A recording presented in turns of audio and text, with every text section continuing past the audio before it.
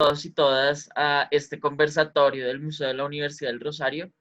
Les agradecemos por su asistencia y quiero iniciar saludando al equipo de museo que como siempre nos acompaña en estos conversatorios. Entonces, primeramente, quiero saludar a Daniela Ruiz. Daniela, ¿cómo está? Hola Nicolás, buenas tardes. Muchas gracias por la invitación. Gracias a todos los asistentes y a nuestros panelistas por estar aquí. Y asimismo contamos con la presencia de Iván Quintero. Iván, ¿cómo está? Muy bien, Nico, muchas gracias y bueno, espero que sea una charla bien entretenida. Pues el día de hoy vamos a continuar nuestro tema de la semana, son las comunidades indígenas. Entonces, para ello tenemos un par de invitados que hacen parte de la Universidad del Rosario y pues que han investigado y han estado acompañando el proceso de VR intercultural. Entonces, primeramente saludo a Paula Cáceres. ¿Cómo está, Paula? Hola, buenas tardes a todos y a todas. Muchas gracias por la invitación. Y asimismo tenemos la presencia del profesor Bastian Bosa. ¿Cómo está, profesor? Muchas Era la gracias presentación. por Ajá. la, por la invitación y me cambio de posición a ver si funcionó mejor por aquí. Muchas Perfecto, gracias no por la se preocupe invitación. por eso. Pues antes de hablar sobre el tema, antes de hablar eh, pues de lo que nos ha traído, queremos saber un poco de ustedes. Entonces, saber quiénes son, a qué se dedican y de qué forma están relacionados con pues el tema que vamos a tratar. Entonces, Paula, si quieres comenzar. Bueno, pues yo soy Paula Cáceres, yo estudié en la Universidad Ciencia Política. Me vinculé al equipo de trabajo de la Escuela Intercultural de Diplomacia Indígena hace aproximadamente 2 años y medio. Y pues desde ese espacio he hecho investigación social en cabeza de la profesora Ángela Santamaría. La escuela intercultural es un espacio muy importante en la universidad porque digamos que es lo que hoy da origen a lo que es hoy UR Intercultural, que ya el profe Bastian Bosa nos va a contar en detalle. Y actualmente pues sigo trabajando en la Escuela Intercultural de Diplomacia Indígena y acompaño la clase junto con el profesor Bastian Bosa, Retos Interculturales para la Vida Universitaria, que es una clase que pretende afianzar el proceso de permanencia de los estudiantes indígenas, afros, raizales y palenqueros en la universidad y brindarles un acompañamiento pues tanto en su proceso de permanencia académica como también en su proceso de adaptación socioeducativa. Eh, Profesor Bastian, entonces cuéntanos un poco también de usted.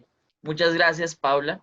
¿Quién es? ¿De qué forma se integra a la Universidad del Rosario? Y pues, básicamente eso, para iniciar. Bueno, de nuevo muchas gracias por la invitación. Entonces yo soy profesor del programa de antropología de la universidad, de la Escuela de Ciencias Humanas, donde inicié mis labores en el año 2007, hace 13 años. Yo soy inicialmente de Francia, donde no hay pueblos indígenas, pues hay cierto debate de quién serían los pueblos indígenas en el caso de Francia, pero después de mi pregrado que estudié en Francia, me fui a Australia y es ahí que inicié, digamos, investigaciones sobre esos temas de los pueblos indígenas, que me encontré con esa historia, digamos, de resistencia, en particular a la colonización de los pueblos que llaman aborígenes en Australia. A raíz de conocer esas historias, pues empecé a formarme como antropólogo, como historiador, y realicé un trabajo de doctorado sobre la historia de los pueblos indígenas de Australia y en particular sobre la historia de la parte de más antigua colonización en Australia, es decir, donde hubo un largo proceso de resistencia, de asimilación, de segregación a lo largo de el siglo XIX y siglo XX. Cuando termine esta tesis, no voy a hablar mucho, pero para contextualizar, vine a Colombia y en Colombia, pues en un inicio yo no hablaba español y no conocía la historia particular de Latinoamérica, pero lo que me sorprendió es que muchas de esas historias que había escuchado en Australia, volví a escucharlas aquí. En particular, inicié con un encuentro con personas que venían de la Sierra Nevada de Santa Marta, personas del pueblo Arhuaco, y pues en el corazón de su comunidad, la historia, digamos, que ha marcado su comunidad era una historia muy similar a la que había marcado muchos pueblos indígenas de Australia, y era esa idea de los niños robados, de las generaciones robadas, que eran como una técnica de asimilación, una técnica de colonización, de quitar los niños a sus familias para que crecieran como civilizados, entre comillas. Entonces, eh, la pregunta era, ¿cómo inicié a trabajar sobre esos temas indígenas? Pues primero en ese contexto de Australia y después cuando llegué a Colombia para hacer una investigación que ya llevó casi 13 años haciendo sobre esta historia de la misión capuchina que se encuentra en Abusimaque, que en esa época era San Sebastián de Rabal. Muchas gracias.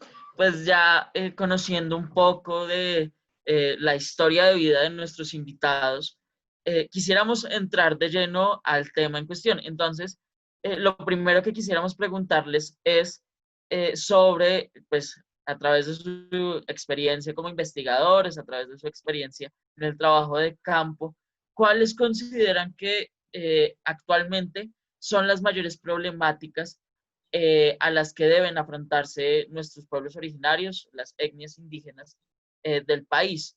Entonces, primeramente quisiera escuchar a Bastian para después darle la palabra a Paula. Bueno, muchas gracias. Pues yo creo que la gran dificultad para los pueblos indígenas en Colombia es la misma dificultad que han tenido los pueblos indígenas en el mundo entero, y es que pues han sido víctimas de un proceso de colonización. En el caso de Colombia es un poco paradójico porque cuando uno piensa en la colonización, uno piensa en la colonia, ¿sí? Como fuera, eso era de la época de los españoles y después hubo la independencia y terminó el colonialismo.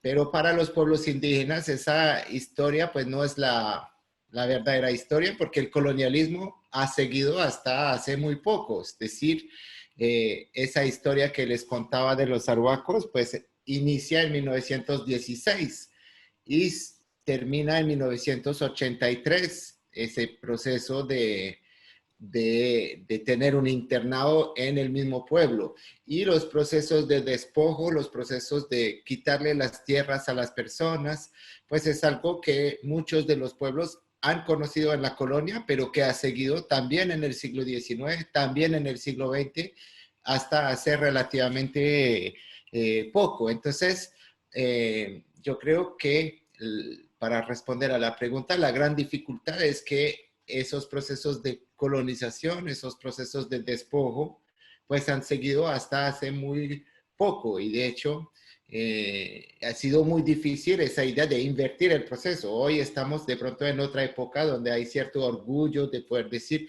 esos pueblos valen, pero si pensamos en las universidades, es hasta hace muy poco que lo indígena ha sido reconocido y todavía no es tan obvio para todo el mundo como algo que tiene valor, como algo que es importante reconocer. Cuando hablamos de lo intercultural en las universidades, en particular las principales universidades en Bogotá, por ejemplo, pensamos más a veces en lo intercultural hacia afuera, hablar inglés, aprender chino, aprender japonés, que a la riqueza que puede tener Colombia como país multicultural. Entonces, yo diría que esa es la gran dificultad, que no ha terminado ese proceso de colonización que hubo aquí, que hubo en muchas partes del mundo. Paula, ¿qué nos puede decir usted sobre estos procesos? Pues yo diría que serían tres escenarios importantes. El primero tiene que ver como con las luchas territoriales, la demanda por las tierras y todo ese proceso que las mismas comunidades indígenas como movimiento social que han estado fortalecidos muy fuerte han emprendido, ¿no? Esto implica demanda por tierras, demanda por diferentes territorios, pero también tiene que ver con hacer visible las afectaciones de manera diferenciadas que ha traído en sus territorios el conflicto armado. No podemos desconocer eso. Por otro lado, pues está la inclusión en los procesos educativos. Aquí ya el profesor Bastián abordó este tema. Pues tanto en las universidades también, pero bueno, como hablar de procesos educativos desde lo propio, como reivindicar todas esas tradiciones y toda esa cultura que se ha pasado de generación en generación y que evidentemente merece un espacio también para visibilizar como un proceso educativo. Y tiene que ver también, por otro lado, con las resistencias y las pervivencias de las reivindicaciones culturales como tal, ¿no? Entonces, no en vano todo este proceso que nos contó el profesor Bastián de las misiones capuchinas y de cómo se ha venido transmitiendo eso de generación en generación, yo creo que eso también merece un espacio en el relato colectivo de nuestro proceso de construcción de memoria como nación en este momento y merece ser tenido en cuenta como un proceso de reivindicación y de reclamo también alrededor de todas estas luchas y estas resistencias. También hay mucho potencial y hay mucho por cortar y mucho por hilar también. Precisamente ustedes tocaban un tema que tratamos de tocar el día martes, que fue ese proceso en educativos colonialistas con las comunidades indígenas, que diríamos vienen a acabarse legalmente en 1991 con la nueva constitución, la cual reconoce jurídicamente a las comunidades y etnias indígenas, palenqueras y raizales. Pues reconoce sus territorios y les da viabilidad legal para tener ciertas autonomías que van eh, pues van directamente ligadas a sus tradiciones.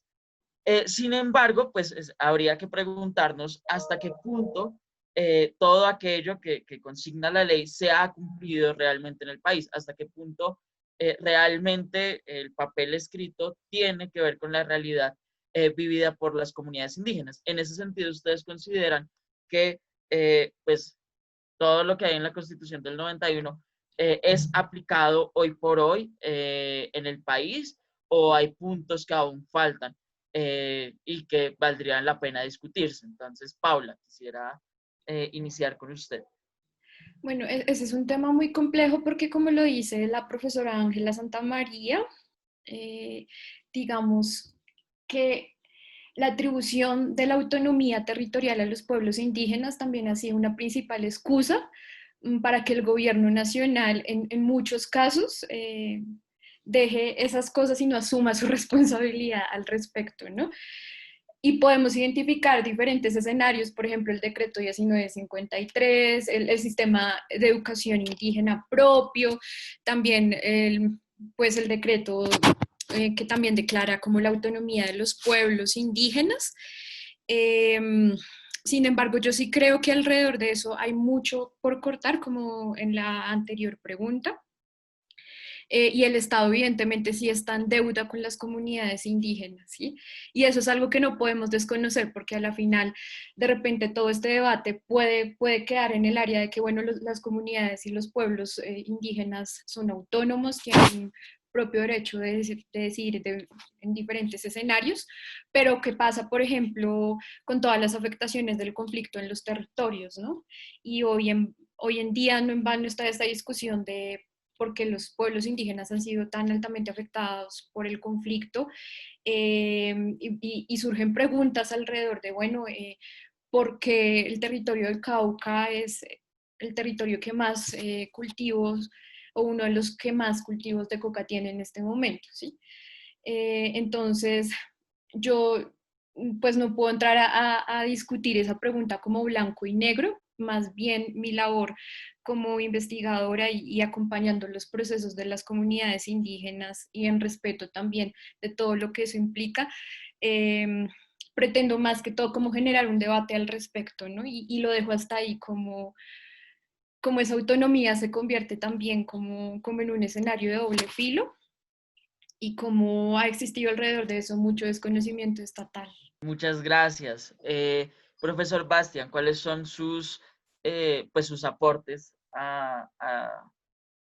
pues a este debate que se ha formado en la academia, dentro de las comunidades indígenas y dentro de la sociedad colombiana en general? Bueno, pues para volver un poco a tu pregunta sobre, podemos decir que el sueño, un poco los principios que plantean la Constitución del 91, es decir, Colombia es un país multicultural, en el cual todos los pueblos deben ser reconocidos, deben tener su lugar. Pues yo creo que, como lo has dicho, pues sabemos que falta mucho camino para realizar. Me gustaría reflexionar, digamos, cómo estamos nosotros en un espacio universitario.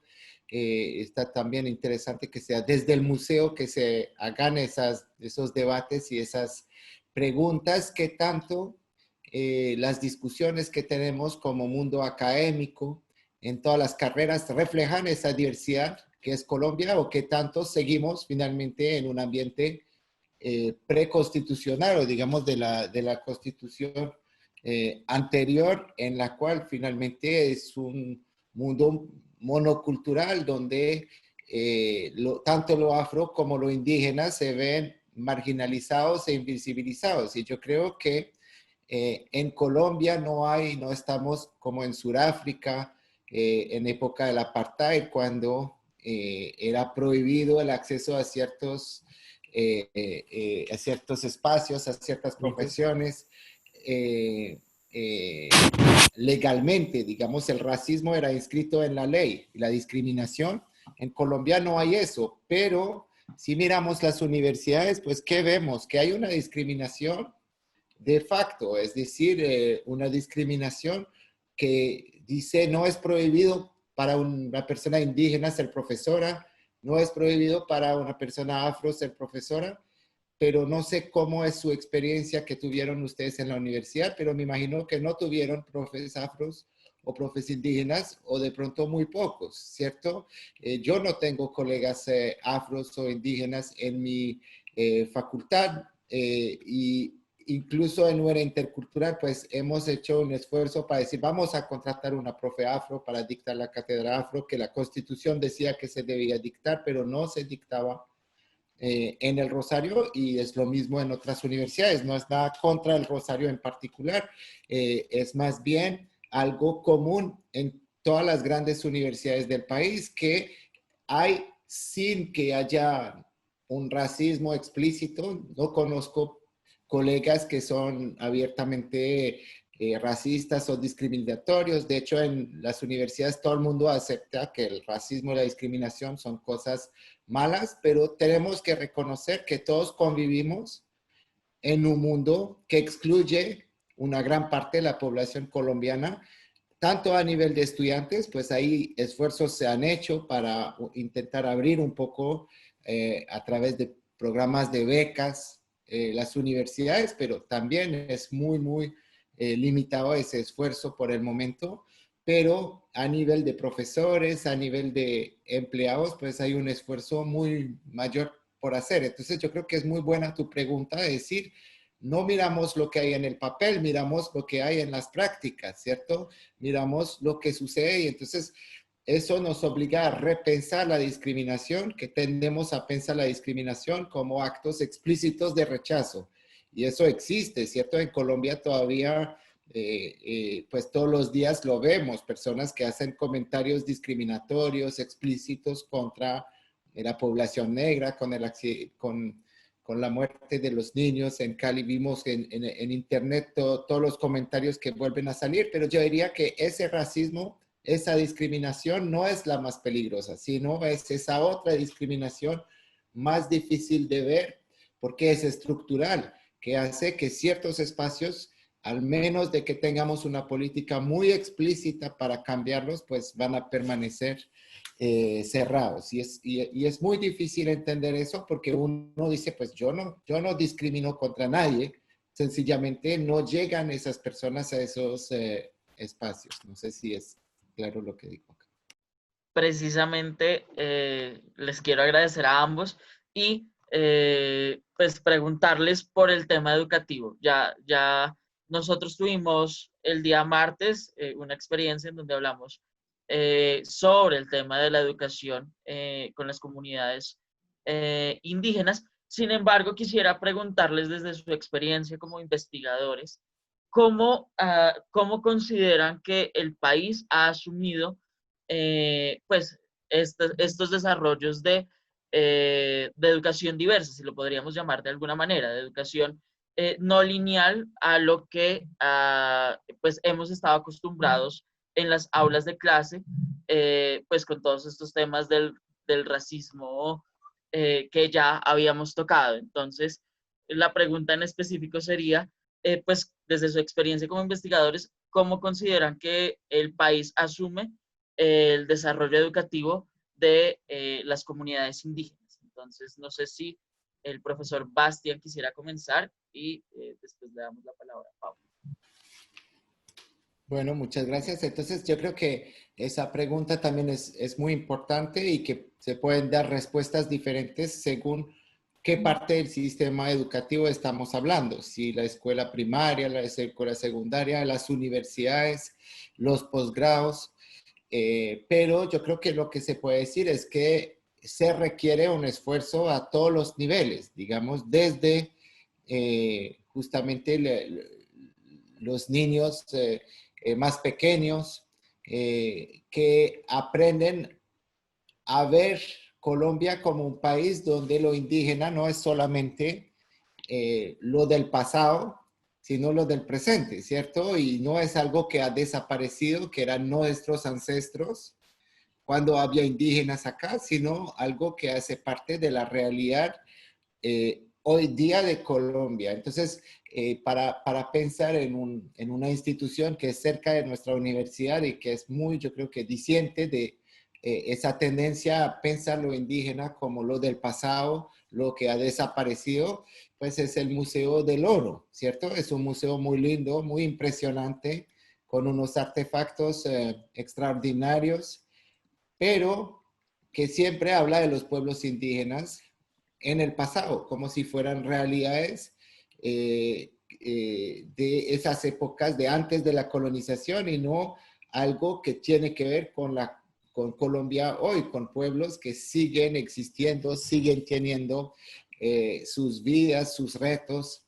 Y yo creo que obviamente dentro del Museo del Oro muchos esfuerzos se han hecho también para renovar la museografía, para incluir las comunidades, pero todavía estamos lejos de decir realmente Colombia cuenta una historia real sobre su diversidad, sobre la violencia que ha sido tanto en la época colonial como republicana para muchos pueblos, pero pues yo creo que es algo que es difícil de hacer y que no es un problema solamente de Colombia, de todos los países donde hubo colonización, pues es muy difícil reconocer cuando uno está del lado de los colonizadores, de los despojadores, reconocer qué papel pues hemos jugado. Entonces, yo diría que en términos de educación sería importante romper con esas visiones totalmente desfasadas,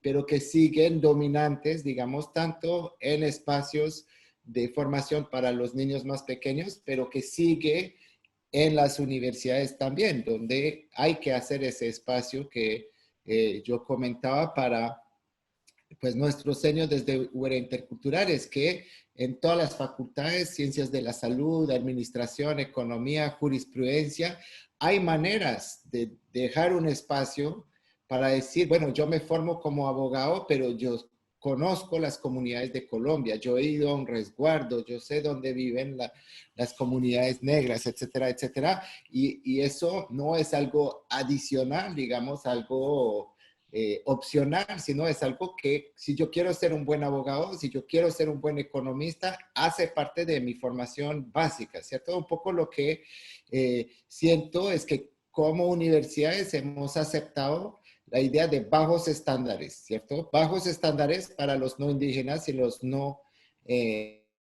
entre comillas, no racializados, que finalmente aceptan que no saben nada de lo indígena, no saben nada de lo negro, pero está bien, nadie les va, no van a tener notas malas, no va a tener sanción, porque pues son bajos estándares compartidos entre todos. Entonces yo creo que una de las ideas para las universidades es volverse exigentes, ¿cierto? Que no podemos decir somos buenos ciudadanos si ignoramos todo de esa historia que es tan importante y de ese presente también de las comunidades que es tan importante también.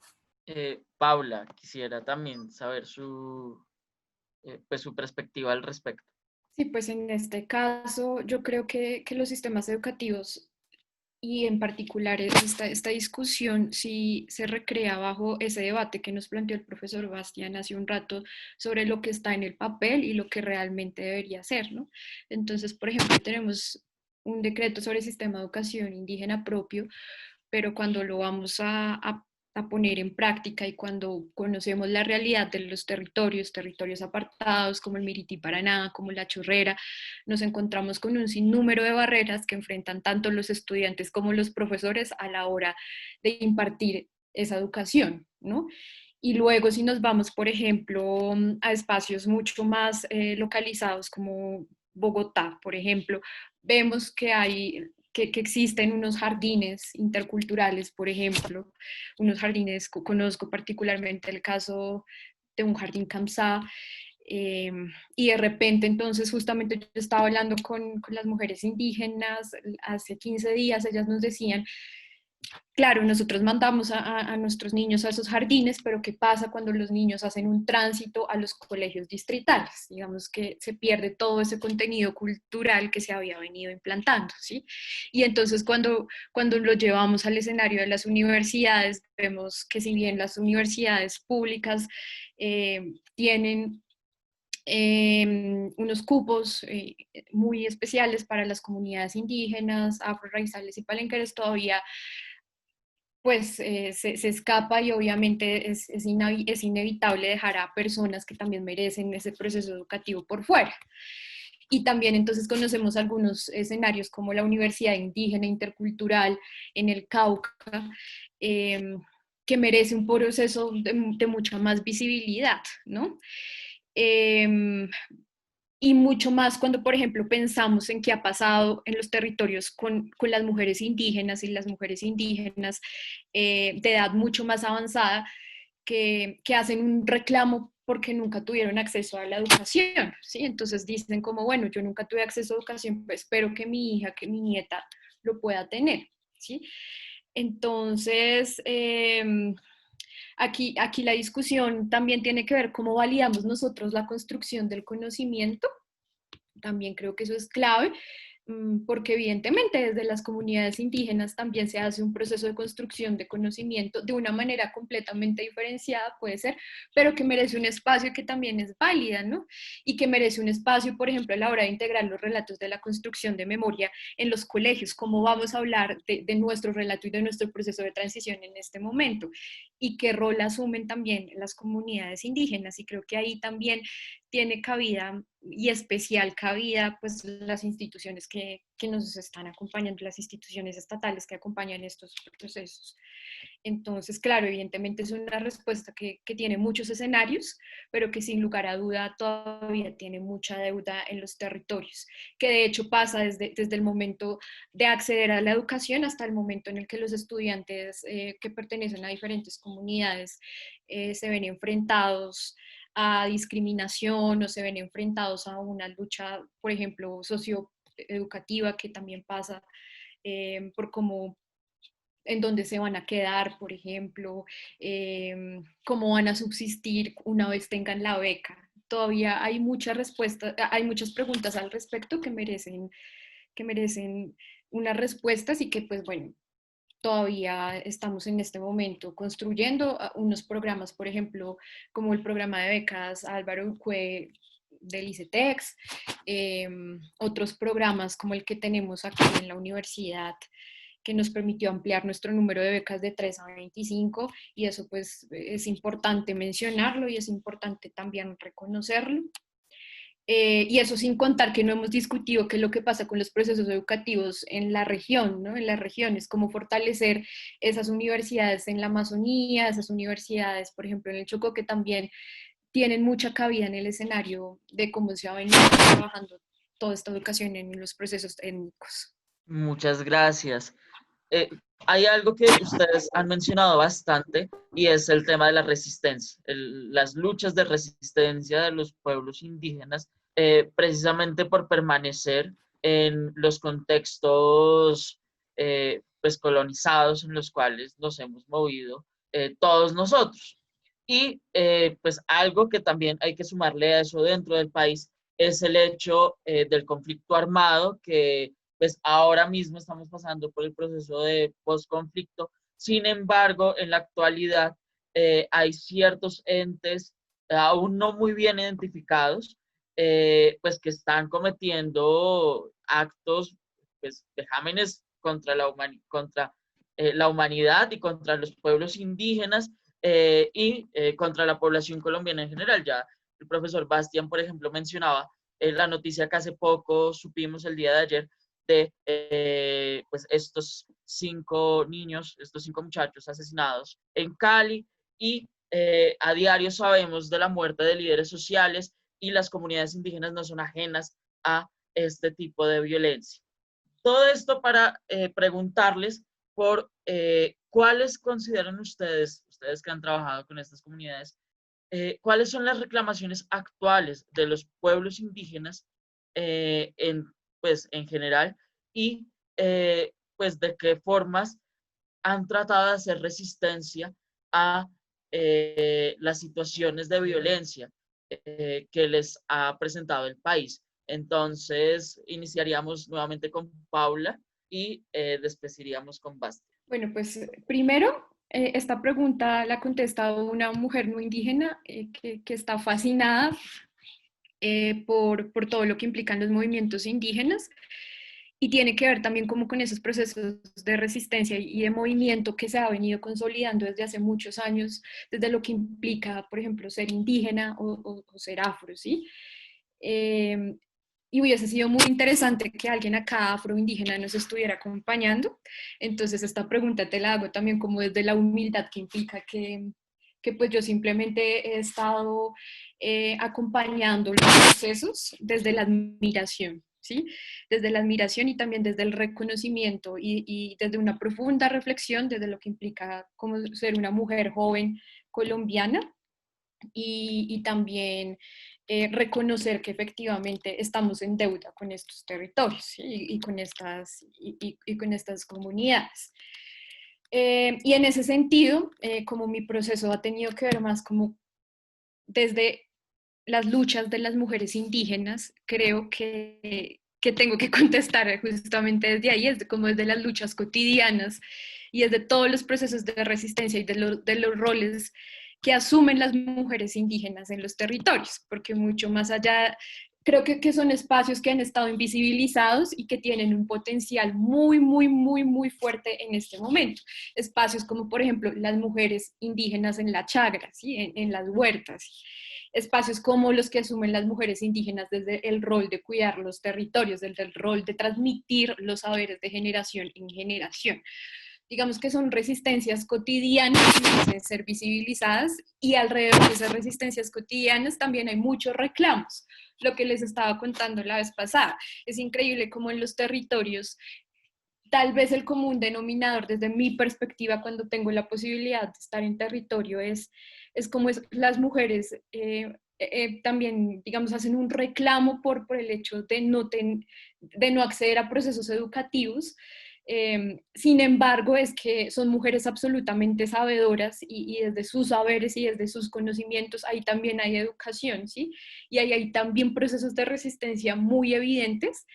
que han estado acallados y que han estado escondidos. Entonces, mi respuesta tiene que ver mucho más allá con el hecho de visibilizar esos espacios cotidianos de las mujeres indígenas. Probablemente ahorita el profesor Bastián conteste de una manera mucho más generalizada, pero yo sí creo que mi responsabilidad como mujer y mi responsabilidad a la hora de estar acompañando todos estos procesos de las mujeres indígenas es, cada vez que tengo la posibilidad de estar en estos espacios, es justamente contar y visibilizar eso. Y visibilizar que hay reclamos de mujeres indígenas, pero que también hay resistencias de mujeres indígenas desde espacios que han estado invisibilizados y que merecen un espacio. Espacios como la cocina, sus roles como mujeres cuidadoras y, bueno, efectivamente, todo este proceso que han abanderado las mujeres a la hora de retener y a la hora de también constatar lo que implica el legado cultural de transmitir saberes de generación en generación. Y ahí hay una lucha y una resistencia muy clara. Muchas gracias, Paula. Bastián, ¿qué nos puede decir usted? Bueno, yo creo que esa cuestión de la relación entre conflicto armado y comunidades indígenas es muy compleja y muy interesante. Lo primero que uno puede decir también es cuándo inició la guerra, ¿cierto? Es una pregunta, digamos, compleja para Colombia de manera general, pero un poco lo que decíamos es reconocer que la historia del despojo, la historia del conflicto, no inicia en la segunda parte del siglo XX, como a veces tendemos a decir, los 50 años, digamos, del conflicto, los 70 años del conflicto, sino que son temporalidades mucho más largas sobre las cuales uno puede pensar. Y hoy cuando miramos el mapa de Colombia, entonces, ¿dónde están ubicados los resguardos? Pues están ubicados también donde están los títulos mineros, también donde están los cultivos ilícitos, también donde está la guerra que vuelve. Entonces, un poco lo que decía Paula es que cuando uno tiene la oportunidad, digamos, de compartir con las comunidades, pues es muy triste, digamos, darse cuenta de esos grupos que finalmente tienen reivindicaciones relativamente sencillas de poder tener su territorio y su autonomía para construir, digamos, algo propio, pues se han vistas siempre impedidas de hacer eso porque pues todo el tiempo llegan nuevos actores de la colonización, tanto legales como ilegales, ¿cierto? Pueden ser personas que son empresas multinacionales que están interesadas en el desarrollo, pueden ser nuevas guerrillas que aparecen, pueden ser todo tipo de colonos, pero al fin del cabo, pues la realidad es esta, que esas comunidades han pagado, no son las únicas, obviamente, en Colombia, pero son de las que más han tenido que sufrir las consecuencias de la guerra. Y lo que es bien complejo es que también son las que más han sido involucradas en esa guerra, ¿cierto? Porque muchos jóvenes pues tienen como única salida el hecho de ir de un lado al otro, el ejército, la guerrilla, los paramilitares. Entonces, todos esos grupos armados en realidad tienen un porcentaje muy alto en comparación con el total de la población indígena en Colombia, de miembros que hacen parte de los pueblos indígenas. Entonces hablábamos del posconflicto, pues creamos que iba a ser el posconflicto, pues ya vemos que es el conflicto otra vez, desafortunadamente, pero pues había esa pregunta, ¿cómo esos hombres y esas mujeres indígenas que han estado en la guerra durante 10, 15, 20 años, cómo regresan o no a sus comunidades? ¿Cómo pues lo que siempre es muy complejo en Colombia es que no hay los buenos por un lado y los malos por el otro. Nunca es una historia de una realidad sencilla. Siempre hay matices, siempre hay complejidades y eso hace que, pues, si queremos superar ese momento tan complejo que ha vivido el país, pues tenemos que aceptar eso, que hay mujeres indígenas que también fueron parte de esos grupos armados y hombres también, otros que estaban de un lado, otros que estaban del otro lado, y aceptar que también yo creo que eso es muy importante, que los pueblos indígenas no corresponden al imaginario que uno puede tener desde la ciudad a veces, como, digamos, pueblos que representan mundos totalmente apartados del resto de la sociedad. No es verdad, los pueblos indígenas están en contacto con, con intercambios, comercios, etcétera, desde siglos con el resto de la población. Y si uno quiere entender esos mundos, pues uno tiene que también entender esas complejidades y esas complejidades de la violencia del conflicto armado, que no es algo exterior, sino algo que está en las mismas comunidades. Muchas gracias a ambos.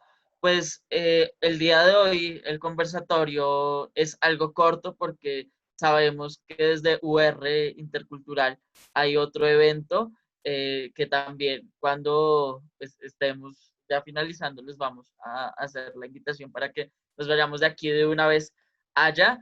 Pero queremos abrirles el micrófono a todos nuestros asistentes, a las 21 personas que están aquí para que si tienen alguna pregunta, quieren hacer algún tipo de comentario, si quieren compartir sus experiencias, lo puedan hacer de forma libre. Entonces, levantan la mano y nosotros activamos el micrófono. ¿Alguien desea compartir algo? Mientras se animan nuestro público, yo quisiera pues preguntarle a Paula y al profesor Bastián, digamos, ¿cuál es el llamado de aquí en adelante con este tema eh, pues de las comunidades indígenas y afro? Ustedes decían que, claro, ahorita debería haber una persona indígena, ¿no? Pues hablando de este tema. Nosotros lo estuvimos el martes, estuvimos hablando con dos chicas indígenas y pues fue increíble. Y de hecho la otra semana también vamos a continuar un poco con el tema de la afrocolombianidad. Entonces, pues sí es como, pues muy importante y lástima que el conversatorio de hoy tenga que ser tan corto porque es un tema pues necesario de tratar, ¿no? Es una discusión muy, muy importante. Entonces, pues no sé, mientras se anima a alguien a hablar, es ustedes como cuál es la apuesta de ustedes de aquí en adelante y cuál debería ser la apuesta, pues, para quienes nos están viendo, para el país, para, en materia de política, en materia de educación, en lo que sea. Ya para finalizar. Pues yo creo que es muy importante justamente y me parece muy, muy chévere la iniciativa de ustedes. Si pensamos, digamos, a nivel de la universidad, de no tenerle miedo a esos temas. A veces uno tiene un poco de prevención porque uno dice, bueno, ese tema no es para mí, yo no sé de esas cosas. Obviamente siempre va a ser complejo, como decía Paula, porque somos nosotros que hablemos esta, como lo acabas de decir. Políticamente, pues uno no ha aprendido que uno no debe hablar por las personas, sino que las personas justamente toda su lucha es poder para tener el control de la palabra. Sin embargo, obviamente nos pueden regañar por eso, pero yo creo que las comunidades están también contentas. ¿Sí me escuchan o no? Sí, profe, continúe, por favor. Entonces, sin embargo, yo creo que uno puede volverse aliado, es decir, no tomar la palabra en nombre de las comunidades, sino ver qué es lo que puede uno hacer desde su posición y qué es lo que uno puede reconocer, qué es lo que uno puede facilitar. Y yo creo que pues todo el mundo puede jugar su parte. Yo creo que yo como profesor, no, digamos, solamente también de aprender de las comunidades, de las personas, para decir, no, pues no, la historia no es necesariamente tal como me la habían contado, ya hay otras maneras de entenderlo, hay historiadores, hay antropólogos que no tienen esos títulos, pero que en esas comunidades me pueden enseñar cosas que yo después, pues que he tenido la fortuna de poder hablar con ellos, pues cuando estoy con mis estudiantes, pues puedo contribuir también como profesor, yo puedo ayudar a que hayan más estudiantes, más profesores indígenas en la universidad y afro. Yo creo que es un proceso largo. El año pasado hicimos un censo para ver qué tan diversa es la universidad, y yo creo que pues no está diversa. Primero tenemos que reconocer eso y, y de pronto duele, pero al mismo tiempo uno dice, pues no es nuestra culpa. Nuestra culpa será si no hacemos nada al respecto cuando ahora tenemos la oportunidad, pero yo creo que es importante perder el miedo de enfrentar esos temas, y que no importa que uno no viene de comunidad, pues uno puede jugar un papel positivo. Obviamente no tomar la palabra para las personas, lo que estamos haciendo un poco, pero de todas formas ayudando a que esos temas sean discutidos, ayudando a abrir, y a veces las personas tienen miedo, dicen, no, los indígenas no les interesa hablar con personas de afuera, siempre va a haber desconfianza. Mi experiencia es que no es así. En realidad, si uno toma el tiempo, pues las personas están interesadas en ese diálogo de saber, en esos intercambios. Y también si las comunidades ven, hay mucho que se puede hacer desde el museo, desde el archivo, para mostrar que también la universidad tiene una historia que no es necesariamente una historia muy positiva. En general es una historia de exclusión de las comunidades, tanto indígenas como afro. Es decir, si uno mira el archivo, pues vamos a ver que había la limpieza de sangre, que habían esclavos. Es decir, no estamos ajenos como Universidad del Rosario a la historia del país. La historia del país es lo que es. No vamos a poder inventar otra historia, pero lo que podemos hacer es desde el presente, como tanto estudiantes indígenas, estudiantes no indígenas, pues trabajar juntos para intentar de entender mejor qué fue Colombia, cómo se ha construido y para dónde podemos ir, ojalá construyendo algo diferente, algo donde pues hay voces diferentes, y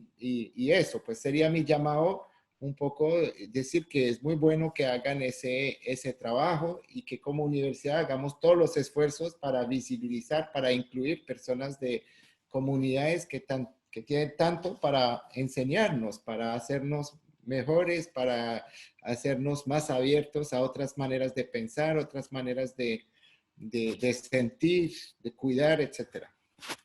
Muchísimas gracias, profesor. Y para finalizar, Paula, quería preguntarte, eh, bueno, primero, ¿cómo los encontramos? ¿Cómo podemos hacer parte del proceso? ¿Cómo podemos apoyarlos, tanto nosotros como las personas que nos están viendo? Daniela, por favor, mostramos las redes sociales de UR Intercultural mientras, gracias. Y entonces, Paula, cuéntanos un poco eso, ¿cómo podemos acercarnos a los procesos de ustedes? Y si quieres, también puedes extender de una vez la invitación de lo que va a ocurrir ahorita en 10 minutos para quienes nos están viendo. ¿Estás silenciada? Ya lo tienes abierto. Bueno, no, pues primero, desde UR Intercultural, desde la Escuela Intercultural, reiteramos como siempre la posibilidad de construir colectivamente y sobre todo generar espacios muy interesantes, porque es como aprender a desaprender, ¿sí? Digamos que todo lo que nos han enseñado desde la academia y desde la academia como algo, sí, que tiene una estructura fija, aquí básicamente estamos dispuestos como a construir colectivamente, y esta estructura, digamos, se rompe. Entonces es generar otros espacios como unos laboratorios de creación, pues súper diferenciados a lo que probablemente estemos acostumbrados a recibir en la universidad. Y recordar también los espacios de UR Intercultural, ¿no? Pues recordar que es UR Intercultural, pero que también está la Escuela Intercultural de Diplomacia Indígena, que hacemos procesos de educación popular en territorios, que también está el programa de Tejiendo Interculturalidades, que pues ayer o antier tuvieron invitadas a Neila y a Wendy, que son estudiantes del programa. Y también reiterar muchos espacios como diferentes semilleros. También en este momento acabo de finalizar una reunión con las chicas del semillero Mujeres Indígenas, Acceso a Justicia y Construcción de Paz.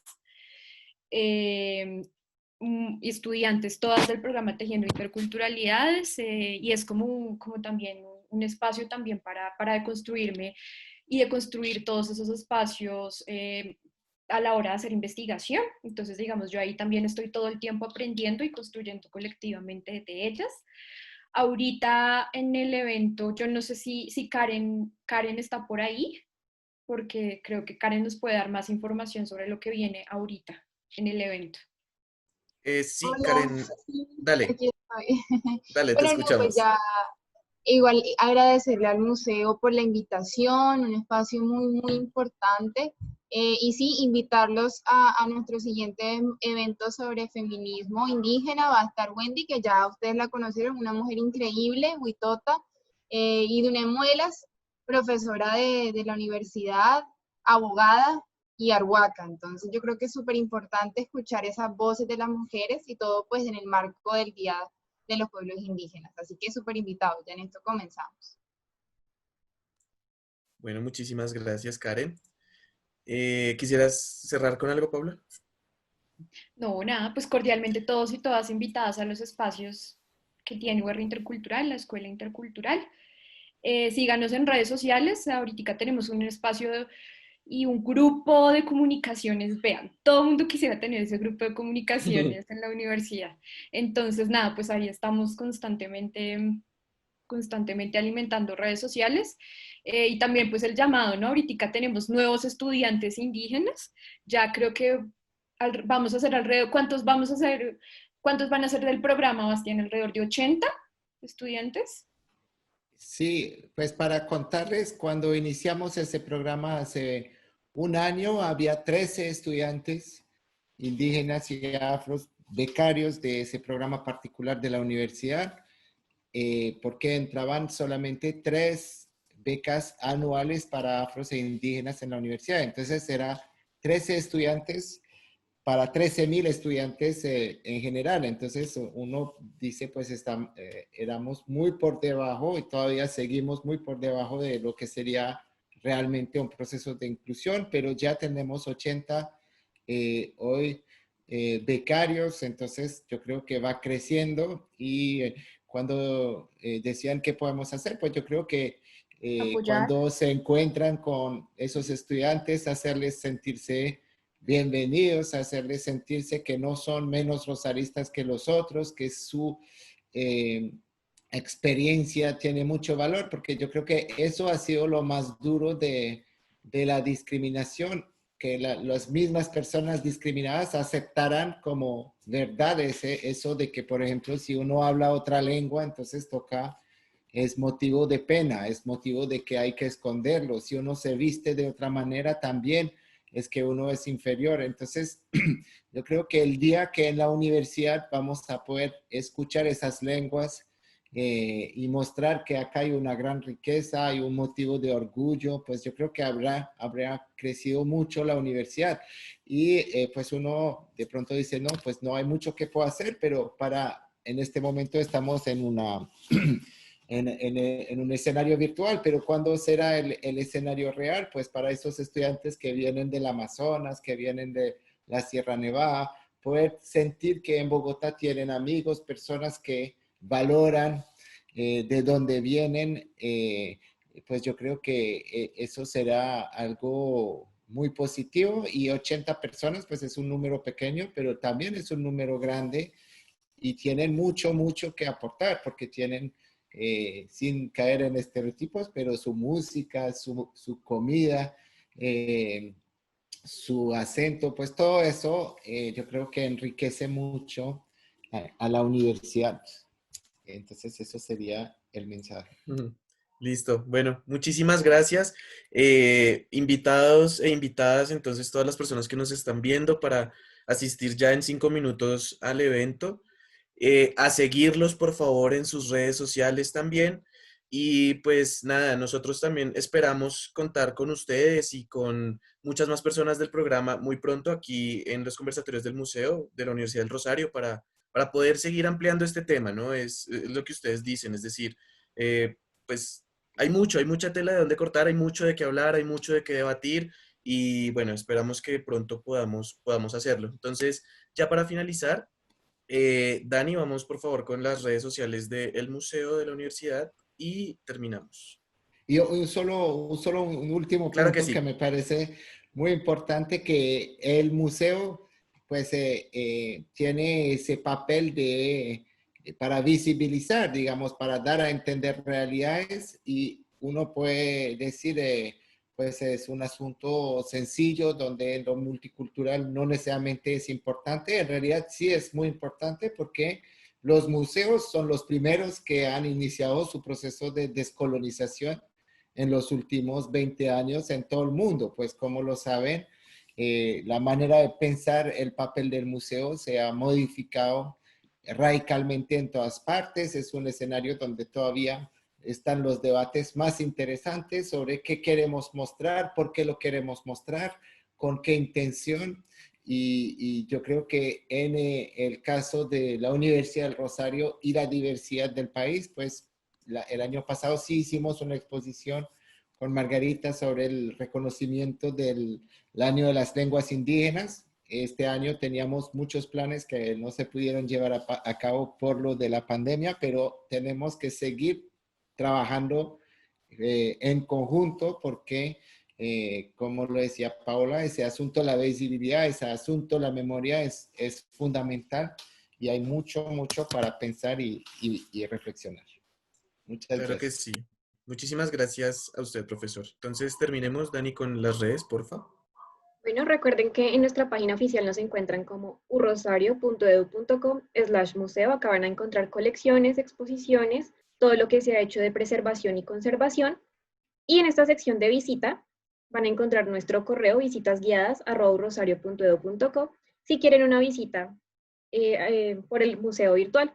Igual recuerden que lunes, miércoles y viernes a las 3 de la tarde tenemos nuestros recorridos. Nos encuentran en Facebook como Museo de la Universidad del Rosario o @museo.ur. En Twitter nos encuentran como Museo de la Universidad del Rosario o @museo_ur. En Instagram igualmente nos encuentran como museo_ur o Museo de la Universidad del Rosario. En nuestro canal de YouTube nos encuentran como Museo de la Universidad del Rosario. Aquí pueden encontrar todos los conversatorios que hemos tenido. Finalmente, en nuestra plataforma de Google Art and Culture nos encuentran como Museo de la Universidad del Rosario. Acá encuentran unas exposiciones que solo pues, las van a poder ver aquí. Y al igual encuentran la colección con la que contamos en el museo. Recuerden las redes de UR Intercultural. En Instagram, UR Intercultural. En Facebook, UR Intercultural o @interculturalidadUR. En Twitter, UR Intercultural. Y les recordamos el evento para que vayan, corran acá a Big-Clínica Jurídica y acá van a encontrar toda la información del evento. Listo. Bueno, muchísimas gracias, Paula, muchísimas gracias, Bastián, muchísimas gracias, Nicolás, muchísimas gracias, Daniela, y gracias también a todas las personas que nos vieron. Entonces, vamos, corramos todos al evento y nos vemos en la próxima semana. Muchísimas gracias.